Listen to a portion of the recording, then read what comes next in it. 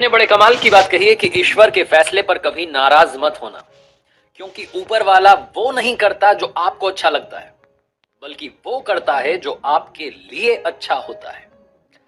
नमस्ते दोस्तों, मेरा नाम है आरजे कार्तिक। आपके लिए एक छोटी सी कहानी, एक सेल्स मैनेजर की जो पिछले 2-2.5 साल से कंपनी में काम कर रहा था। वो हर चीज के लिए ऊपर वाले का धन्यवाद करता था। उसको लगता था कि उसकी जो जॉब लगी है ऊपर वाली की कृपा से लगी है। हर पल के लिए, हर क्षण के लिए, हर मोमेंट के लिए ऊपर वाले का थैंकफुल था। घर से निकलता था ऊपर वाले को प्रणाम करके वापस पहुंचता था, प्रणाम करता था, आपने मुझे पहुंचा दिया घर पर। हर चीज के लिए ऊपर वाले की कृपा मानता था। इतना स्पिरिचुअलिटी में यकीन रखता था। लेकिन कभी कभी उसके साथ में बुरा हो जाता था। उसे लगता था कि पता नहीं क्या चाहता है ऊपर वाला। 2-2.5 साल से की कंपनी में काम कर रहा था, तनख्वाह बढ़ी नहीं थी, सैलरी नहीं बढ़ रही थी। वो सोच रहा था कहीं और काम मिल जाए। उसे कहीं से एक बार पता चला था कि जॉब है वहां पर, और एक व्यक्ति का कॉल भी आया था कि मैं आपसे फाइनल इंटरव्यू के लिए कॉल करूंगा आपको। उसने डेट बता दी थी, टाइम उसने बताया नहीं था कि मैं आपको कॉल करता हूँ। टाइम उसको पता नहीं था किस वक्त कॉल आएगा। तारीख जो थी वो आने को थी। अगले दिन उसे वो इंटरव्यू के लिए कॉल आने वाली थी। बहुत एक्साइटेड था कि इस कंपनी से पीछा छूटेगा। उसने थोड़ा जल्दी का अलार्म लगाया सुबह के लिए कि जल्दी जगूंगा, तैयार होकर फर्स्ट क्लास इंटरव्यू के लिए। उसने दिमाग में रख लिया क्या क्या सवाल पूछ सकते हैं, क्या जवाब देने, सब कुछ। लेकिन अगली सुबह जब वो जगा, तो जिस समय का उसने अलार्म लगाया था सुबह 5 बजे का, वो पता नहीं कब बजी 5। उसकी नींद खुली 7-7:30 बजे। वो लेट हो रहा था। उसे गुस्सा आने लगा कि पता ही नहीं चला अलार्म कब बज गया।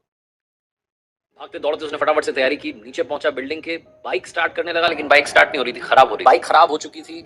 गुस्से में बाइक को वहीं खड़ी करके स्टैंड पर निकल गया बाहर सड़क पर। ऑटो ढूंढने लगा, बड़ी मुश्किल से एक ऑटो मिला। ऑफिस पहुंचा तो लेट हो चुका था।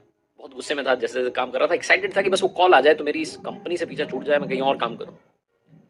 लंच होने को आया लेकिन कॉल नहीं आया। लंच टाइम में ऑफिस की कैंटीन में पहुंचा। सुबह सुबह जल्दी निकला था तो टिफिन भूल गया था। कैंटीन में पहुंचा तो वहां पर ताला लगा था, कैंटीन बंद पड़ी थी। इसे और गुस्सा आ रहा था कि क्या दिन जा रहा है आज का, बेकार दिन है। कहीं से इसने सैंडविच ऑर्डर किया, खराब सा गंदा सा सैंडविच आया। आधा सा खाया, फिर इसने फेंक दिया। ये सोच रहा था ऊपर वाला क्या कर रहा है, आज तो मुझे ढंग से खाने को भी नहीं मिल रहा है। शाम में तकरीबन 5:30-6 बजे इसके पास में कॉल आई, उसी जॉब के लिए जिसके लिए तलाश कर रहा था, बहुत दिनों से एक्साइटेड था। इंटरव्यूअर जो था वो इससे सवाल पूछने लगा, बात होने लगी। बीच में अचानक से फोन डिस्कनेक्ट हुआ। इसने अपना फोन देखा तो फोन डेड पड़ा था, बंद हो गया था।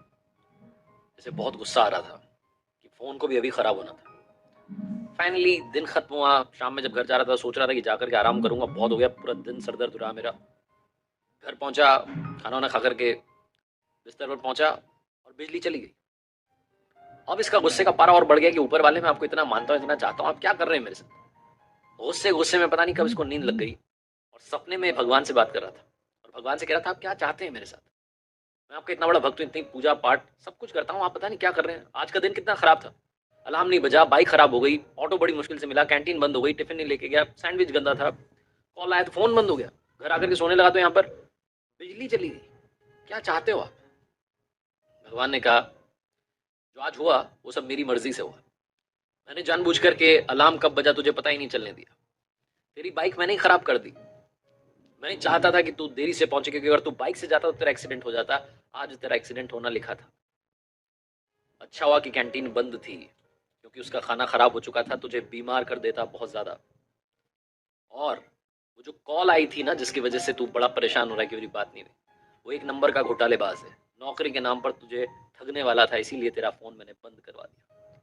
और ये जो बिजली चली गई, आज अगर बिजली आ रही होती तो तेरे घर में शॉर्ट सर्किट की वजह से आग लग जाती। तू मेरा बहुत बड़ा भक्त है ना, इसलिए तुझे बता रहा हूँ, सबको नहीं बताता हूँ। और हाँ, याद रखना, मुझ पर भरोसा करता है तो भरोसा करता रहे।